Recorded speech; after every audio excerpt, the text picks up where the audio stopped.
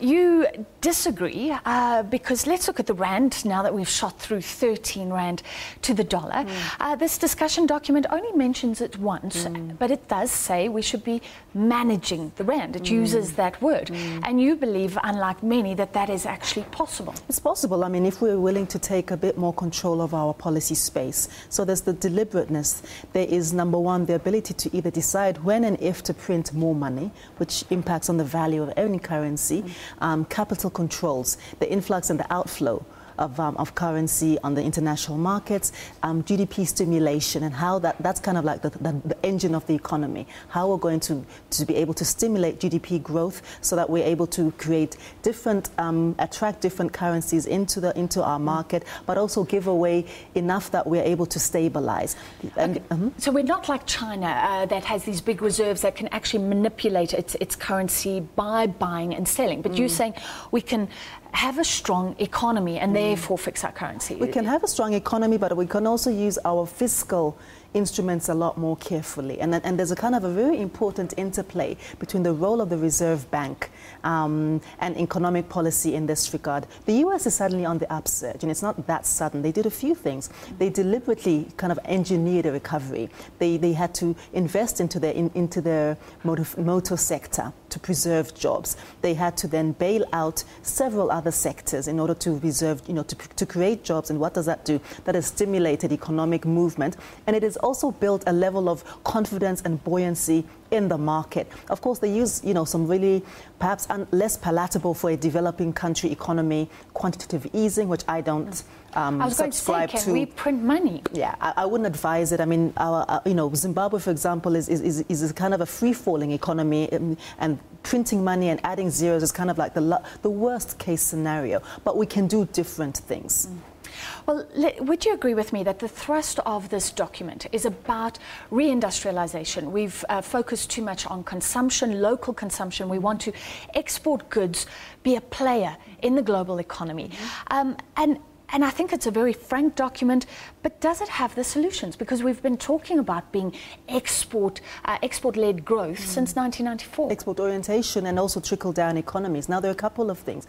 The one is that our industrial economy and our industrial policy is very external-looking. And when we think about external, it's always looking at the globe in isolation of African markets, and we've ignored African markets for quite a long time. We're cognizant of this. I don't think that as a continent we've done enough to redress that. The second thing is that there's this whole discourse around the black industrialists, which seems to be a mechanism to galvanize new manufacturing and manufacturing excellence in this country. The problem with that is that obviously you can't manufacture or concoct or create a hegemony of that kind in this particular dispensation. Why? You're already coming in with established economies, established industries. So to create and to sort of try to microwave that is very difficult right now. It's also difficult because the labor market calls for a different form of practice. What the apartheid regime had, which was, again, extremely unpalatable, was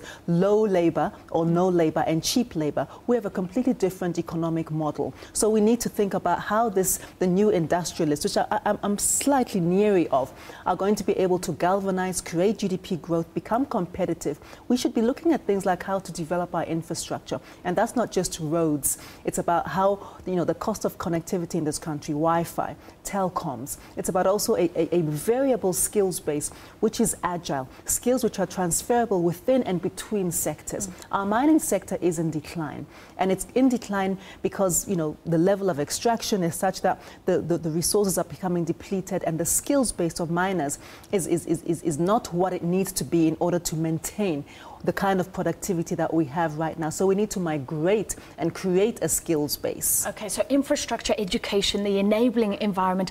Final question, how do we deal with, I think, the quandary that you've alluded to?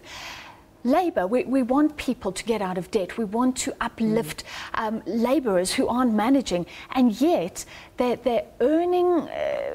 Their earnings are high relative to output, so productivity is low. What does the ANC do about that quandary? I'm not sure. I have a slightly different view about the productivity discourse. I think that you know, I think that what we have seen that the Platinum Belt, despite its rather favorable earnings on global markets, has been using extremely unfair advantage to try and push down wages in this country. And I think it's really about trying to migrate the sector out of this country rather than the argument around productivity. So I have a slightly different opinion in that regard. However, that said, I do think that we need to be able to create an environment where, as I say, we have multiple poles where people can migrate their skills and their services within and between industries. We also need to think about then how we're able to create new forms of energy and you know, electricity efficiencies, for example, ESCOM, the mining sector. We need to think differently, because certainly the way that this economy runs and the things that have been pillars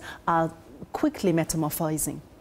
We have 1 more minute. So, you know, a lot of people say the NDP, looking at this document, incredible outline of where we are, but so much, it's thick with things we should do.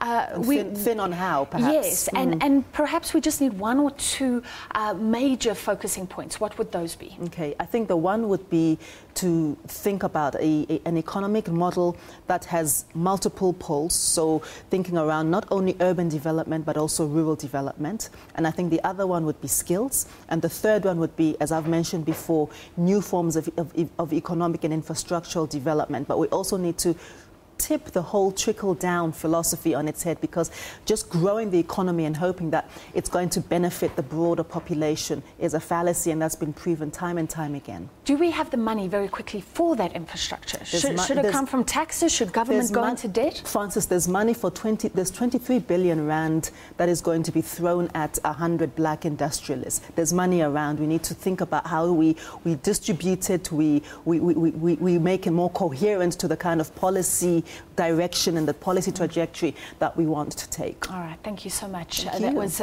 political economist Lebohang Pheko. More after